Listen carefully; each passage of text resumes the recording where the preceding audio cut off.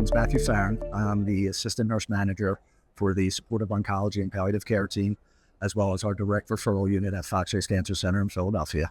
So the poster presentation that I submitted for ONS today is a research study that our team actually started. So I'll dive into our team a little bit. So the palliative care program at Fox Chase consists of 4 physicians, 3 nurse practitioners, 4 staff RNs, me as the assistant nurse manager, and also a social worker. So we're an interdisciplinary group that work very close together. So our director is named Dr. Marcin Chwistek, wanted to do a study for basically showing that buprenorphine is a good option for a long-acting pain medication, in addition to full agonist opioids for cancer patients. So when I started with the palliative program, it was 2017, and I was not familiar with buprenorphine at all.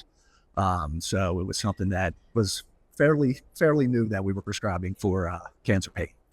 So what Dr. Chwistek wanted to do was kind of prove that this is a safer option compared to your full agonists of Oxycontin, morphine, things like that.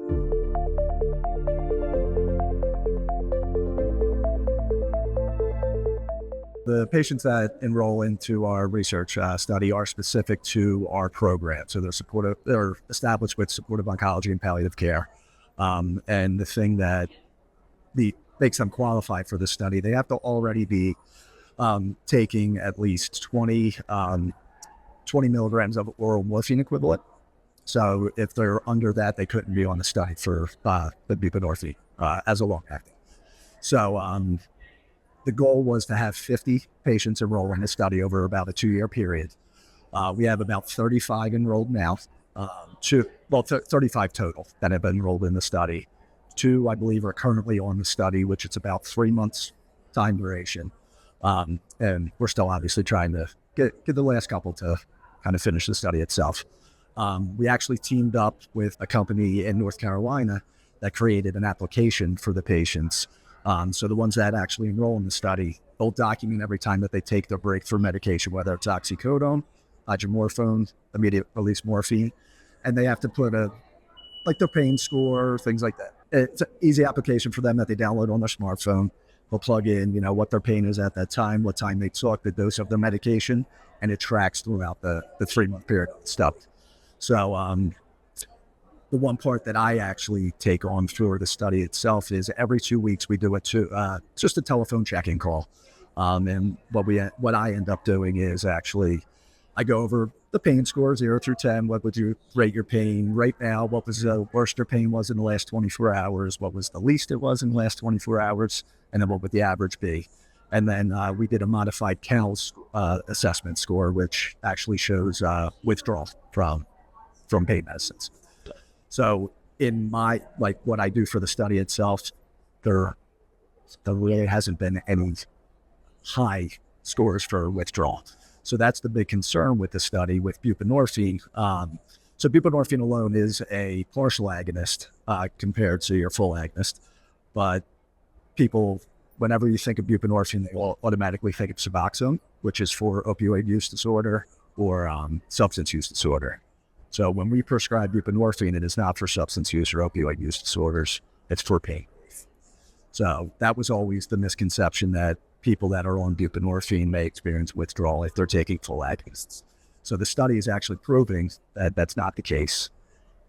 Buprenorphine is one of the safest options out there in terms of sedation, overdose. Patients tolerate it a lot better, less side effects of grogginess, nausea, things like that. So the study's been very beneficial for us, and we're very happy with it. And hopefully it'll get it out there that buprenorphine is a good option for cancer-related pain.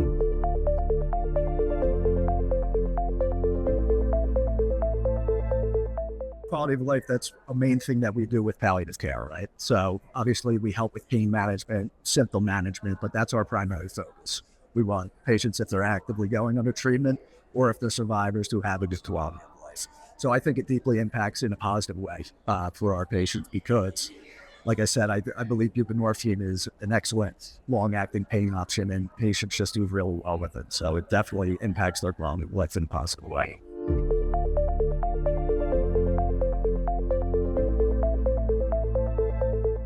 It's more just getting the knowledge out there. So even the medical oncologists that work at our organization aren't comfortable prescribing buprenorphine. And as I said previously, a lot of people think that buprenorphine, immediately they go to Suboxone, and it's not different. You don't need a special certification as a provider to prescribe buprenorphine alone.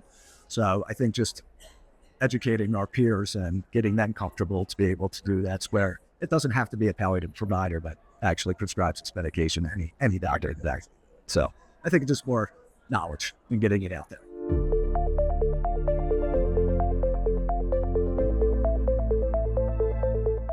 There's a ton of literature out there, just kind of look that up and just try to familiarize yourself with it, and just, talk to your colleagues that are comfortable with prescribing things like that. So